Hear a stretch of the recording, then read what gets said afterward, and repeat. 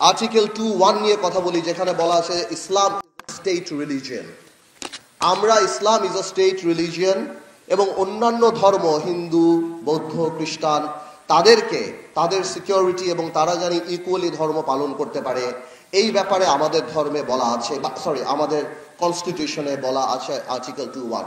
কিন্তু আমি মনে করি গত 20 বছর যাবৎ আধুনিকতার নামে, গ্লোবালাইজেশনের নামে কেন জানি আমাদের ধর্মকে বা কালচারের নামে অ্যাটাক করার একটা প্রবণতা অনেক বেশি বৃদ্ধি পেয়েছে। আমি এটা লক্ষ্য করেছি গণজাগরণ মঞ্চের সেই বিপ্লবের পর থেকেই অনেকেই সেই গণজাগরণ মঞ্চের অবস্থানকে প্রেমিস করে, তার উপর ভিত্তি করে আমাদের ধর্ম এবং আমাদের মহানবী সাল্লাল্লাহু আলাইহি ইসলামকে বিভিন্নভাবে কটূক্তি এবং অপমান করার একটা পায়তারা করা আরম্ভ করেছিল। আমি মনে করি ইসলাম যদি স্টেট রিলিজিয়ন হয়েই থাকে আমাদের ধর্মে দেওয়া, তাহলে এই সংবিধানে যেখানে 90% মানুষ মুসলমান, সেখানে আমাদের হযরত মুহাম্মদ সাল্লাল্লাহু আলাইহি ইসলামের নাম থাকবে না, এটা আমি মানসিকভাবে মেনে নিতে পারি না। আমি মনে করি অনেক, আমি জানি অন্য আইনে আছে যে ধর্মীয় অনুভূতিতে আঘাত আনলে 2 বছর কারাদণ্ড, কিন্তু অন্য আইনে আবার এও আছে যে জাতির জনক নিয়ে কথা বললে 5 বছর কিংবা 10 বছর কারাদণ্ড। তো সেই ক্ষেত্রে আমি বলতে চাই যে আমার মহানবী হযরত মুহাম্মদ সাল্লাল্লাহু আলাইহি ইসলামের এই নামটা, উনাকে নিয়ে কটূক্তি করাটা, এই ব্যাপারটা যাতে ডিসকারেজ এবং এটা করলে কি অপরাধ হতে পারে সেটা গুরুত্ব দেওয়াটা সংবিধানে থাকা উচিত। এতে করে সেকুলারিজম অ্যাটাক হবে না, এতে করে অন্য ধর্মকেও ছোট করা হবে না। বিকজ আমরা এই ধারাতেই বলে দিচ্ছি যে কোনো ধর্মকেই আমরা রেসপেক্ট করি এবং সবাই কর্মকাণ্ড করতে পারে।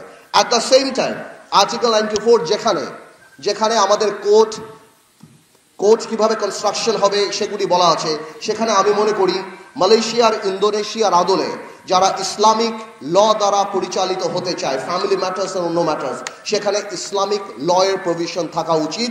যারা ইসলামিক কোর্টে ইনভোক করবে তাদের যদি, যেমন এখানে সাকসেশনের ম্যাটার থাকতে পারে, উইলের ম্যাটার থাকতে পারে, ফ্যামিলি ম্যাটার্স থাকতে পারে, সম্পত্তি, যেটা আপনার সম্পত্তি আইন বলেন বা সেই প্রভিশনগুলি যদি কেউ চায় ইসলামিক ল দ্বারা পরিচালিত হবে, তাহলে ইসলামিক কোর্টের প্রভিশন থাকা উচিত। আমি মনে করি, শোনান একটা কথা বলি, গ্লোবালাইজেশন আর মডার্নাইজেশনের নামে আমরা আমাদের কৃষ্টি, কালচার, ধর্ম থেকে অনেক দূরে সরে যাচ্ছি। ধর্মকে সবাই আপ টু ডেট মনে করে না, বাট আমি মনে করি this is the perfect time that we should come back to our root. আমাদের কালচার, আমাদের ধর্ম, আমাদের এই জিনিসগুলিকে আমাদের এখন ফিরিয়ে নিয়ে আসা উচিত এবং যথাযথ সম্মান দেওয়ার জন্য সংবিধানে এদের অবস্থান দেয়া উচিত। এটা আমরা আমাদের এখান থেকে প্রস্তাব জানাচ্ছি। আর্টিকেল 145 ইন্টারন্যাশনাল ট্রিটির কথা বলা আছে, আপনারা যদি দেখেন, আমি মনে করি এইবার 17 বছরে আমরা দেখেছি পার্লামেন্টে কিভাবে দেশ বিক্রির পায়তারা, আদানি চুক্তি থেকে আরম্ভ করে অন্যান্য কিছু। আমি মনে করি যেই চুক্তিগুলি হয় শুধুমাত্র রাষ্ট্রপতির কাছে প্রধানমন্ত্রী যাবে আর নিয়ে আসবে, রাষ্ট্রপতিকে দেখাবে। জনগণের সামনে যে কোনো ইন্টারন্যাশনাল ট্রিটি, আন্তর্জাতিক চুক্তি খোলাখুলিভাবে জানিয়ে দিতে হবে পার্লামেন্টের মাধ্যমে। জনগণ জানতে চায় জনগণ কি দিল, জনগণ জানতে চায় জনগণ কি পেল।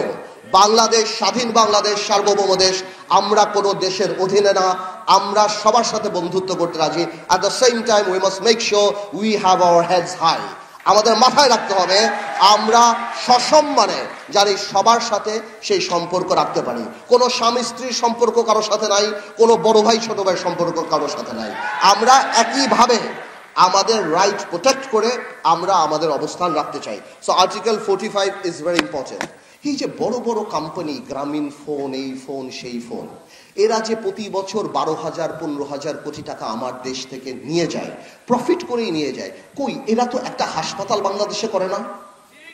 এখন সময় আসছে দেশের পক্ষে দাঁড়ানো। আপনি ইনকাম ট্যাক্স দিবেন, আপনি অ্যাডভার্টিজমেন্ট বানান আমার আবেগকে দিয়ে।